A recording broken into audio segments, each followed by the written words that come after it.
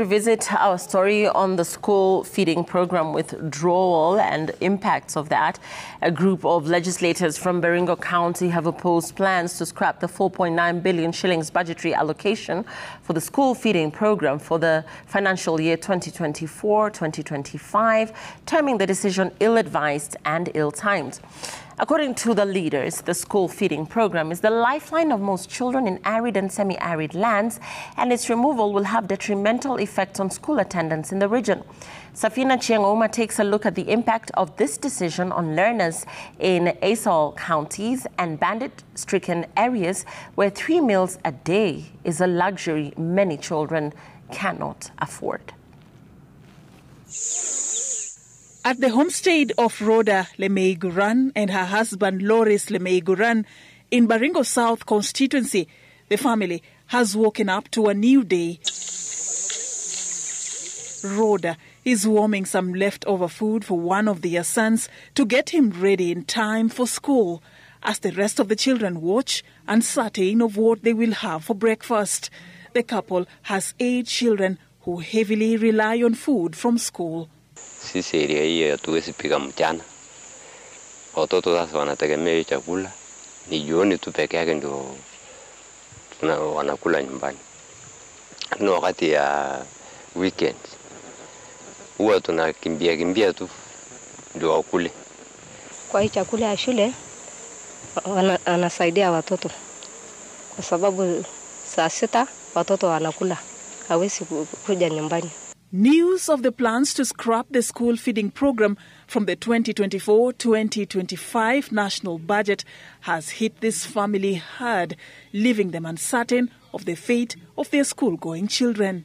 Wezi soma kama nasikia njaa sasa, hata mwalimu akiambia kitu hata sikia, anafikiria tu vile nitafanya nini, ama nataka iwe jioni haraka ndio niende niangalie ile kitu iko nyumbani.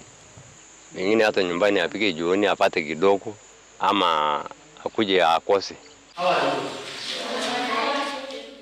According to the Baringo South Sub-County Education Department, the student population in public schools in the area increased from 19,000 to 46,000, with a tremendous increase in the number of schools, all courtesy of the school feeding program, which was introduced in 2020 and has proven to be the lifeline of most children. 4 years ago, we had only 24 secondary schools. They have increased by 10 in the last 3 years. And primary schools were only 109 4 years ago. They have increased by 20, by actually 21. Ukiondoa hapo kwa shule, mwanafunzi afike nyumbani hakuna chochote. Hata asubuhi ataamuka hata hawezi amuka. Hiyo idadi ya wanafunzi itaenda chini kabisa, kwa sababu watu wataamua kutoka na kufanya mambo mengine.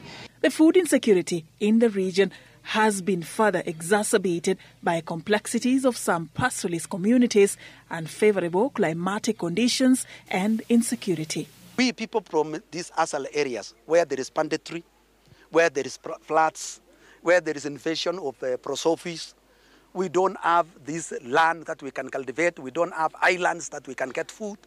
So we rely on this feeding program for our children to come to school.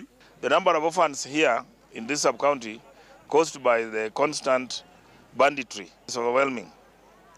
And these children are staying with their grandparents, and they are only able to go to school because of the food is in school. Ningeshauri wahusika ya kwamba waliipata ikiwa hapo wasiguze, na kama ni kuguza waangalie kwingine.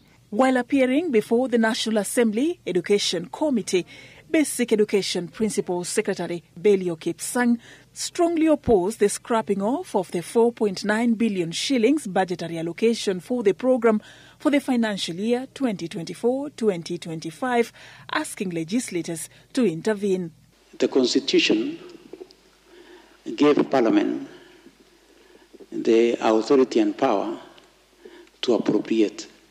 So we are asking this House to appropriate resources to feed our children.